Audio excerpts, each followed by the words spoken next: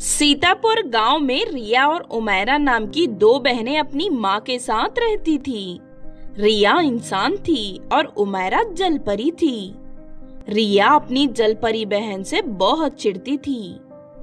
एक दिन रिया ने अपनी माँ से पूछा, माँ, ये गवार और समुद्री जलपरी हमारे घर कहाँ से आ गई? बेटा, अपनी बहन से तमीज से बात करो। उसे मैं समुंदर से लेकर आई थी, लेकिन मैंने उसे बिल्कुल अपनी बेटी की तरह पाला है और मैं चाहती हूँ तुम दोनों सगी बहनों की तरह रहो। माँ, मुझसे ये नहीं हो पाएगा, मैं जा रही हूँ यहाँ से।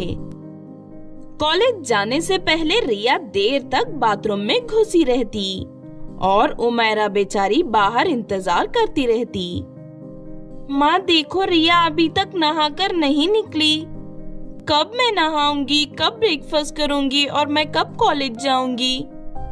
बेटा रिया, जल्दी से बाहर निकल आओ, उमैरा कॉलेज के लिए लेट हो जाएगी। रिया बाथरूम से बाहर आती है और उमैरा से कहती है, जा गवार जलपरी, मेरा साबुन और टॉवल अपनी पूंछ साफ करने के लिए इस्तेमाल मत करना, वरना तेरी पूंछ काट दूंगी। बेटा, तुमसे मना किया था ना, अपनी बहन से बदतमीजी से बात नहीं करते। जाओ अपना ब्रेकफास्ट करो। रिया और उमैरा एक ही कॉलेज में पढ़ते थे। इंटरवल में उमैरा रिया से टिफिन मांगने जाती थी। रिया, माँ ने मेरा टिफिन तुम्हारे ही बैग में रख दिया था, मेरा टिफिन दे दो, मुझे बहुत भूख लग रही है। अरे जलपरी, तू खाना खाकर क्या करेगी? जा और भैंस का दूध पी। इतना कहकर रिया वहाँ से चली जाती है। उमैरा को उस दिन कॉलेज में भूखा ही रहना पड़ा। एक दिन रिया और उमैरा की माँ बाहर गई हुई थी। रिया उमैरा से कहती है, सुन गवार जलपरी, मैं दोस्तों के साथ समुंदर में घूमने जा रही हूँ। माँ वैसे तो आज आएगी नहीं, लेकिन आए तो कह देना पूजा के घर पर हूँ। रिया, माँ ने समुंदर में जाने से मना किया है, तुम वहाँ मत जाओ। मैंने और मेरे दोस्तों ने ऑक्सीजन मास्क खरीद लिया है, इसीलिए गवार जलपरी तुम मुझसे माँ की तरह लेक्चर मत दे, चुपचाप अपनी बिल में घुस जा। रिया उमैरा की बात नहीं सुनती और दोस्तों के साथ समुंदर में घूमने चली जाती है। समुंदर में कितना अच्छा लगता है, ना माँ की कचर कचर, ना कोई रोकने टोकने वाला। काश हमारे साथ कुछ लड़के भी होते। चुड़ैल जलपरी अपनी गुफा में ये सब सुन रही थी। चुड़ैल जलपरी अपनी गुफा के पास से गुजरने वाले लोगों को खा जाती थी। आज बड़े दिनों बाद गुफा के पास कोई आया है, बहुत सुंदर लड़कियां आज मेरे पेट में जाएंगी। चुड़ैल जलपरी रिया और उसके दोस्तों को पकड़ लेती है और अपनी गुफा में बांध देती है। तुम्हारी तो खुशबू सुनकर ही मेरी लाल टपक रही है। चुड़ैल जलपरी रिया और उसके दोस्तों को खाने ही वाली थी कि तभी उमैरा जलपरी वहाँ आ जाती है। जलपरी, मेरी बहन को छोड़ दे, वरना मैं तुझे जिंदा नहीं छोड़ूंगी, चली जा यहाँ से। मैं आज तेरी बहन और उसकी सहेलियों को खाकर ही रहूंगी, बहुत भूखी हूँ मैं। चुड़ैल जलपरी और उमैरा जलपरी दोनों अपनी तलवार निकाल लेते हैं। दोनों में खूब लड़ाई होती है। उमैरा जलपरी चुड़ैल जलपरी की तलवार तोड़ देती है। मुझे माफ कर दो, मैं यहाँ से चली जाऊंगी, तुम्हारी बहन और उसके दोस्तों को नहीं खाऊंगी। काली जलपरी डर कर वहाँ से भाग जाती है। तब रिया को अपनी गलती का एहसास होता है। मुझे माफ कर दो मेरी बहन, आज तुम नहीं आती तो मेरी जान नहीं बच पाती, मुझे माफ कर दो। कोई बात नहीं रिया, मुझे तुम्हारी हमेशा चिंता रहती है। तुम इतनी देर तक घर नहीं लौटी, इसीलिए मैं तुम्हें ढूंढते हुए समुंदर में आ गई। अब मैं तुम्हें कभी परेशान नहीं करूंगी और हम दोनों बिल्कुल सगी बहनों की तरह प्यार से रहेंगे। नीरज और मारिया गांव की सबसे अमीर व्यापारी हरि सिंह की बेटियां थी। दोनों का ध्यान हमेशा अपने कपड़ों और अपनी सुंदरता पर रहता था। मैं दूध की तरह गोरी हूँ, मेरे ऊपर काली साड़ी खूब जमेगी, इसीलिए मैं मौसी की शादी में काली साड़ी पहनूंगी।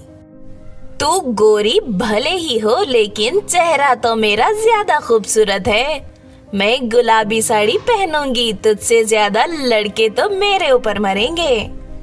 एक काम करते हैं, हम तो साड़ियाँ मुनमुन की शादी में पहनेंगे, अब तो ड्रेस ही पहन कर जाएंगे। हम और कितनी देर में जाएंगे माँ, बहुत लेट हो रहा है। अरे ये काम वाली आज पता नहीं कहाँ रह गई, इतनी देर हो गई है।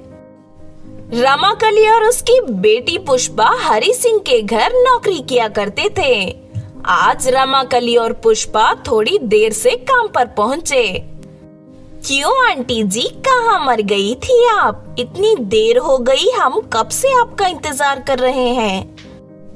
माफ करना मेम साहब, मेरी तबीयत ठीक नहीं है। मैं अभी थोड़ी देर में घर चली जाऊंगी, मेरी बेटी पुष्पा सारा काम करेगी। ठीक है पुष्पा, जल्दी खाना बना, हम लोग अपनी मौसी की शादी में जा रहे हैं। हमें बहुत भूख लग रही है, पता नहीं शादी में खाना कब मिलेगा।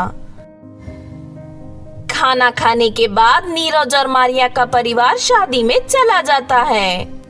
पुष्पा पूरे घर में अकेली रह जाती है। नीरज और मारिया के पास बहुत सारी साड़ियाँ थी। वो साड़ियाँ सोफे पर रखकर ही चली जाती है। पुष्पा ने इतनी सुंदर साड़ियाँ पहली बार देखी थी। वो साड़ियों को देखकर बहुत खुश हो जाती है।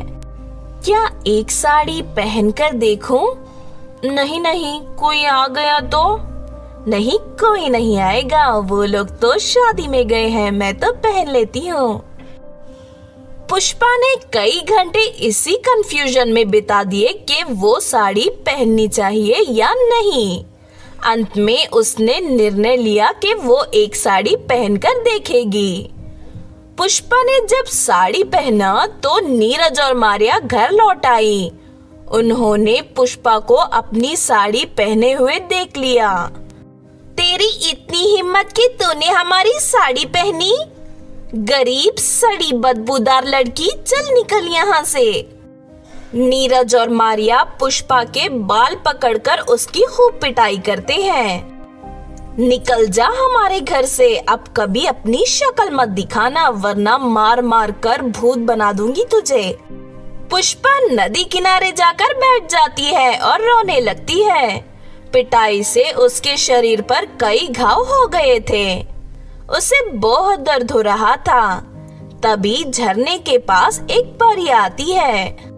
क्या हुआ? तुम कौन हो और क्यों रो रही हो?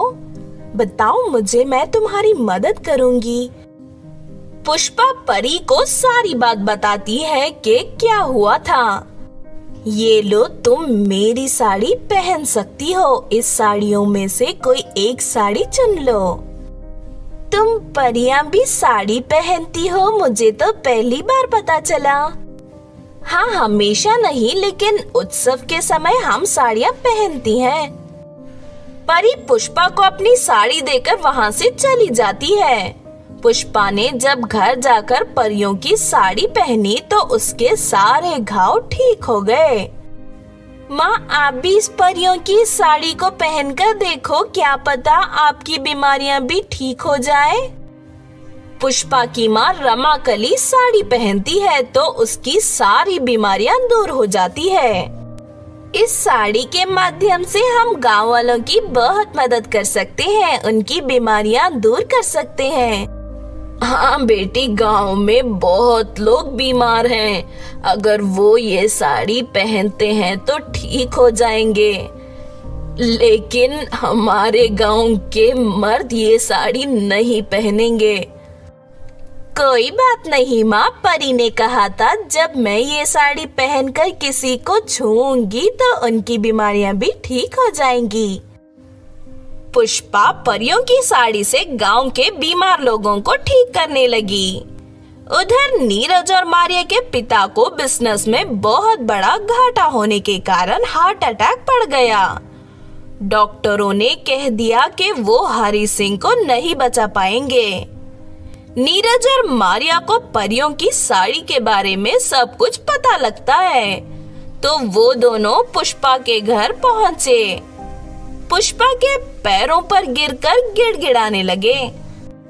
पुष्पा, हमने सुना है कि तुम्हारे पास कोई परियों की कोई साड़ी है जिससे पहनकर या फिर तुम किसी को पहनकर छुओगी तो वो स्वस्थ हो जाता है। प्लीज एक दिन के लिए वो साड़ी हमें दे दो, हमारे पापा बहुत बीमार हैं। हमने तुम्हारे साथ जो भी किया हम उस पर बहुत शर्मिंदा हैं। तुम चाहो तो डंडे से हमारी भी पिटाई कर सकती हो, लेकिन प्लीज एक दिन के लिए हमारे घर चलो और हमारे पिताजी को बचा लो। मैं तुम लोगों की डंडे से पिटाई नहीं करूंगी, मैं तुम्हारी मदद जरूर करूंगी। चलो तुम्हारे घर चलते हैं। पुष्पा की दयालुता देखकर नीरज और मारिया को अपने ऊपर बहुत शर्म आई। फिर पुष्पा उनके घर जाकर उनके पिताजी को ठीक कर देती है। नीरज और मारिया के पिता बिल्कुल स्वस्थ हो गए। पुष्पा के कारण मेरी जान बच पाई, इसीलिए मैं अपनी आधी संपत्ति पुष्पा को देकर जाऊंगा। पुष्पा अपनी दयालुता के कारण अमीर हो गई और खुशी खुशी अपनी माँ के साथ जीवन बिताने लगी।